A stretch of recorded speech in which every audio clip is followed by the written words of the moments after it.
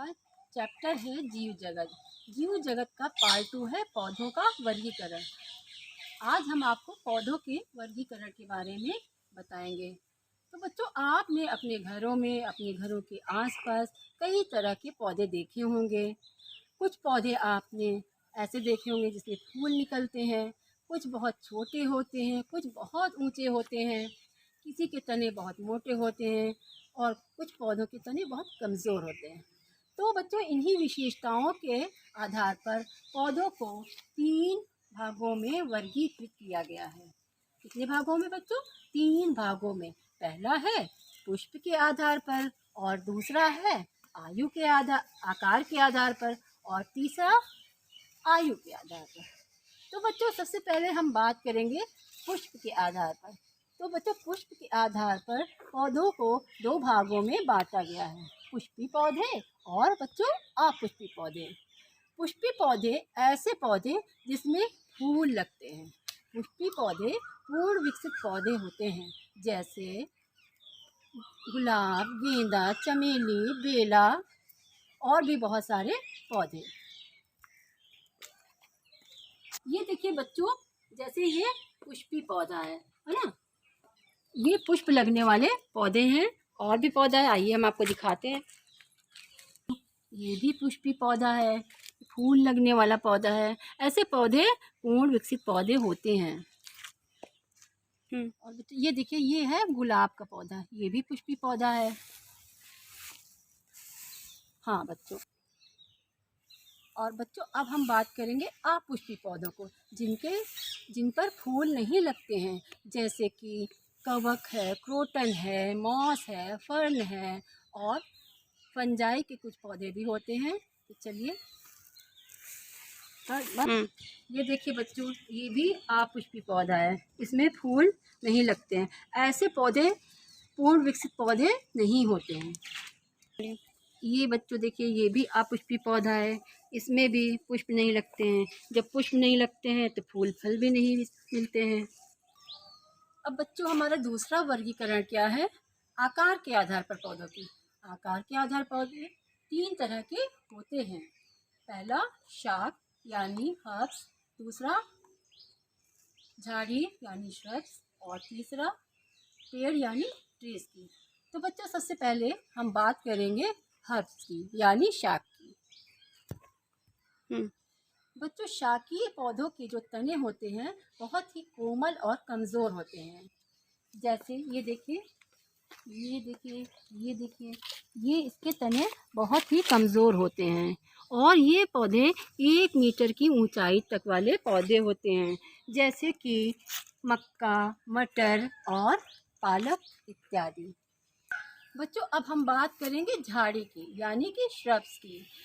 इस तरह के पौधे, झाड़ी वाले पौधे जो होते हैं, वो उनका तना होता है आपस में उलझा हुआ होता है। उनकी जो शाखाएं होती हैं आपस में उलझी रहती हैं। ये देखिए, ये झाड़ी वाला पौधा है नींबू का। इसकी शाखाएं आप देख रहे हैं बच्चों, ये आपस में उलझी हुई हैं। इनका तना भी स्पष्ट नहीं दिखाई देता है। देखा बच्चों? इसके अलावा और भी पौधे होते हैं, जैसे करौंदा, संतरा, अमरूद। ये सब कैसे पौधे हैं? झाड़ी वाले पौधे हैं। बच्चों, ये देखिए, ये भी हमारा झाड़ी वाला पौधा है, छोटा पौधा है। ये 3 मीटर से कम ऊंचाई वाले पौधे होते हैं। ये देखिए, इनकी शाखाएं, इनका मुख्य तना स्पष्ट नहीं दिखाई देता है, कई इसमें ब्रांचेस निकली होती हैं। ये देखिए, ये पौधा भी हमारा झाड़ी है यानी श्रब। ये भी झाड़ी वाला पौधा है। अब बच्चों, हम बात करेंगे वृक्ष की। वृक्ष यानी ट्रीज की। ऐसे पौधों के तने बहुत कठोर होते हैं और इनका तना बेलनाकार होता है। जैसे ये हमारा वृक्ष है और इनकी ऊंचाई 3 मीटर या उससे अधिक होती है। समझ में आ रहा है ना बच्चों? ये देखिए बच्चों, ये भी हमारा वृक्ष है और इसी तरह और भी वृक्ष होते हैं, जैसे आम का पेड़, और का पेड़, ये देखिए ये अशोक का पेड़ है, ये भी हमारा वृक्ष है। इसके अलावा बरगद है, पीपल है, आम है, ये सब भी वृक्ष में ही आते हैं। बच्चों अब हम बात करेंगे आयु के आधार पर पौधों का वर्गीकरण। आयु के आधार पर भी पौधों को 3 भागों में बांटा गया है। पहला है 1 वर्षीय पौधे, दूसरा है द्विवर्षीय पौधे और तीसरा है बहुवर्षीय पौधे। तो बच्चों पहले हम बात करेंगे 1 वर्षीय पौधों की। 1 वर्षीय पौधे जो होते हैं 1 वर्ष के अंदर ही 11 महीने में या उससे कम टाइम में ही विकसित होकर नष्ट हो जाते हैं। जैसे ये देखिए ये हमारा धान का पौधा है, ये 1 साल के अंदर ही फूल फल बीज सब देकर ही नष्ट हो जाता है।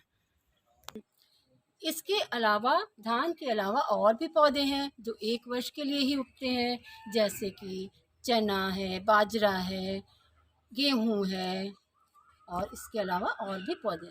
जो हमारा दूसरा है द्विवर्षीय पौधे, ऐसे पौधे जो पहले वर्ष में जड़ तना पत्ती देते हैं और दूसरे वर्ष में फल फूल देकर नष्ट हो जाते हैं, जैसे कि केला, ये हमारा द्विवर्षीय पौधा है। बच्चों हमारा लास्ट है बहुवर्षीय पौधे।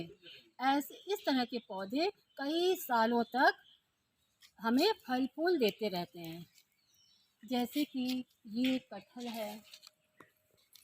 है, ये भी बहुवर्षीय पौधा है। ये देखिए इसमें कटहल लगा भी हुआ है, दिखाई दे रहा है ना बच्चों। और ये हमारा अमरूद का पेड़ है, ये अमरूद का पेड़ है हमारा, ये भी हमारा बहुवर्षीय है। ये हमें कई सालों तक फल देते रहते हैं। और ये देखिए ये आम का पेड़ है, ये आम का बच्चों पेड़ है, आम का पेड़ है, ये भी हमें कई साल तक आम का फल देता है। और ये गुलाब है, देखिए ये गुलाब है ना, ये गुलाब भी बहुवर्षीय है। बहुवर्षीय पौधों में शाक, झाड़ी और वृक्ष सभी तरह के पौधे हो सकते हैं। ठीक है बच्चों, समझ में आ गया ना बच्चों? ठीक।